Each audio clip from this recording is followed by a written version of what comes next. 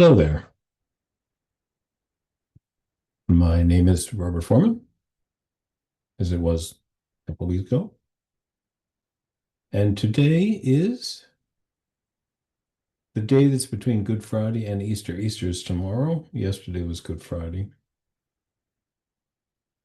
And the way I tend to think about it is that Good Friday is a day in which we announce to ourselves and remind ourselves of man's inhumanity to man. I read through the Good Friday material last week in some detail, and it struck me how much of it is about betrayal and loss and disappointment.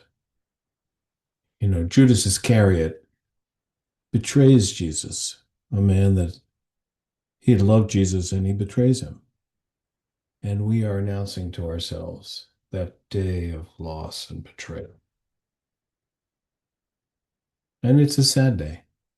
Jesus is taken into jail, and we know he's going to be killed. And yet he was a good man. And his being killed on the cross by the Romans is a true travesty. And then tomorrow, day of Easter. Tomorrow is the day in which we come back. We celebrate coming back into the nature of the divine reality. We come back into things that are just and decent and good. And so for the Hebrews, coming back to life was a day of coming back into the day of celebration. And in fact, in the readings for tomorrow, it says, I will build you, and you shall be built, Virgin Israel. You shall take your tambourines and go forth in the dance of the merrymakers. You shall make merry. So tomorrow is a day of tambourines. Tomorrow is a day of celebration. Tomorrow is a day in which we can celebrate the joys and the victories of life.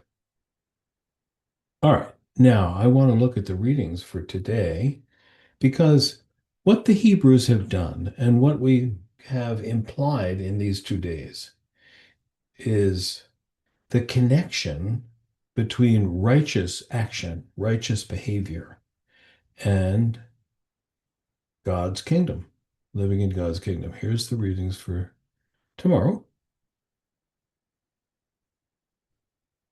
And let's look at the psalm first.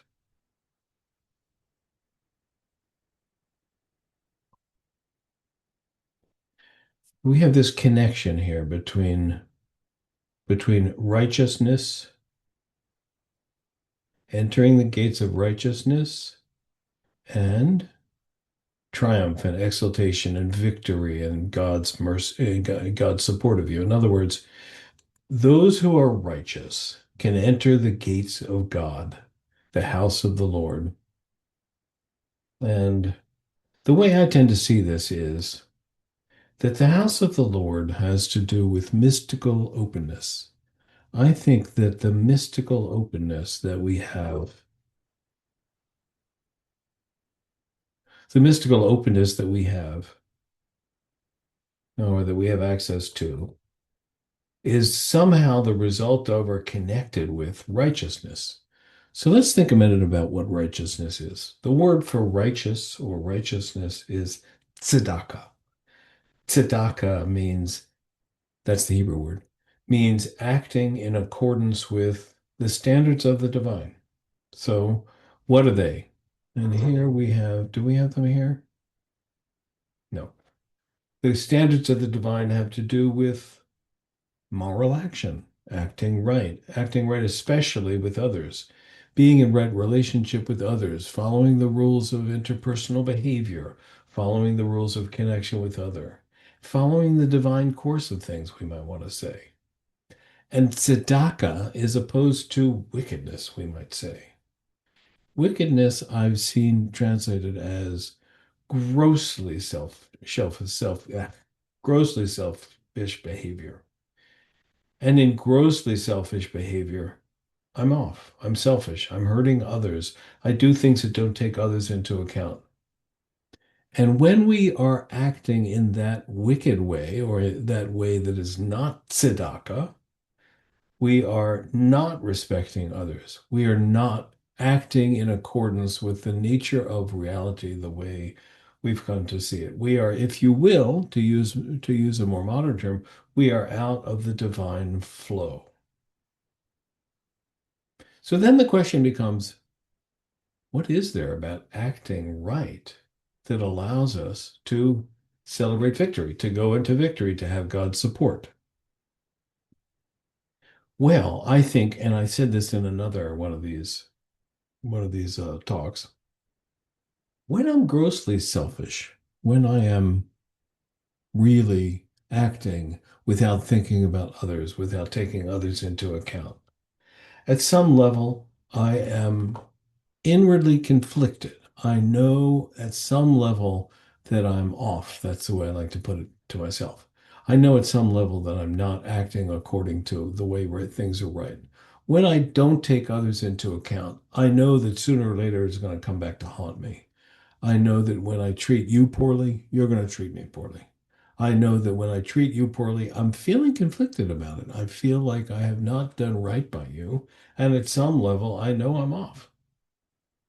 And when I'm off, when I'm hurting you, when I'm hurting another, I feel inwardly the conflict of being selfish, the conflict of being, the conflict of being a dick, the conflict of my selfish behavior.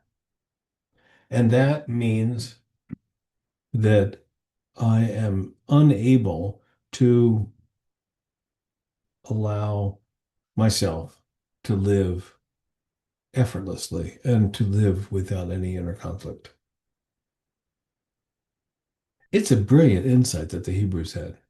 It's a brilliant insight that the Old Testament writers had. That is to say, to act wrong is to not enter into the larger flow of things. To act wrong has serious consequences in my spiritual life. And that, I think, is the insight that the Hebrews brought. That's the main insight. So that what we have here down in the Psalm is open for me the gates of, I will enter the gates of righteousness. Anybody who is righteous may enter, is the insights that the Hebrews had. The critical matter for the Hebrews is that if you act righteously, you may enter. And this struck me when I was reading through the readings for today. Paul's writing, or whoever wrote Acts, I saw one recently that said that the author of Luke is the author of the Acts. In any case, the author of Acts wrote, God shows no partiality, but in every nation, anyone who fears him and does what is right is acceptable to him. So here, the author of Acts is suggesting that this acting morally and giving yourself the right, or the acting morally, which is going to allow you to enter into heaven, enter into the mystical openness, to act right, is not limited just to the Hebrews. It's not limited to any particular group. Rather, in every nation, anyone who fears him and who does what is right is acceptable. And this, I think, is an expansion. This is from, the early Christians were now offering this to the Gentiles. So in any case, in to any nation, if you act right, you will be acceptable. You can enter into the gates of heaven. This is another critical insight that God shows no partiality, that this is more than just Jews, more than just Christians who can make this connection. Okay, so that what we have here is a connection between right behavior and entering into the mystical openness that is God's heaven on earth. And I think it's a brilliant insight. And I celebrate it. But I have one more thing that I want to say about this, and it comes at the bottom of the psalm. This last couple lines here. Now, here I might be reading into this, and I acknowledge that. But the same stone which the builders rejected has become the chief cornerstone And this is the Lord's doing. This is marvelous in our eyes. What they're saying is that right behavior and being able to enter into the mystical openness that is God's heaven, right behavior is the mystical openness is something that the builders rejected. That is to say, people who build things. This is something that people who build things didn't see. Rationality doesn't catch this. Mere building behavior, mere cognitive behavior doesn't see this, but rather we see that this kind of behavior has become the chief cornerstone, the sort of a key part of what it requires to enter into the mystical openness. And then it goes on to say, this is the Lord's doing. That is to say, it is built into the nature of reality. The Lord's doing means that it's built not by people, but by the divine flow, the divine nature, the nature of inherent nature of reality. And so what we have here is that if I act righteously, if I act fairly to my fellow man, and if I don't and thereby if I not thereby if I won't feel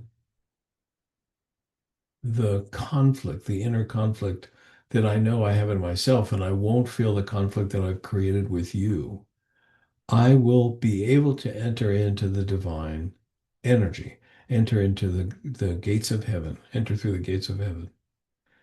And that connection between right behavior and entering into the mystical openness is built into the nature of reality, is God's doing. And it's the chief cornerstone. That is to say, this is something that the Hebrews could suggest that it is the main principle that they have found divine energy with. Okay, that's kind of what I wanted to say. And given that, I want you to know that I wish you a good Easter and I wish you a good week and a good life.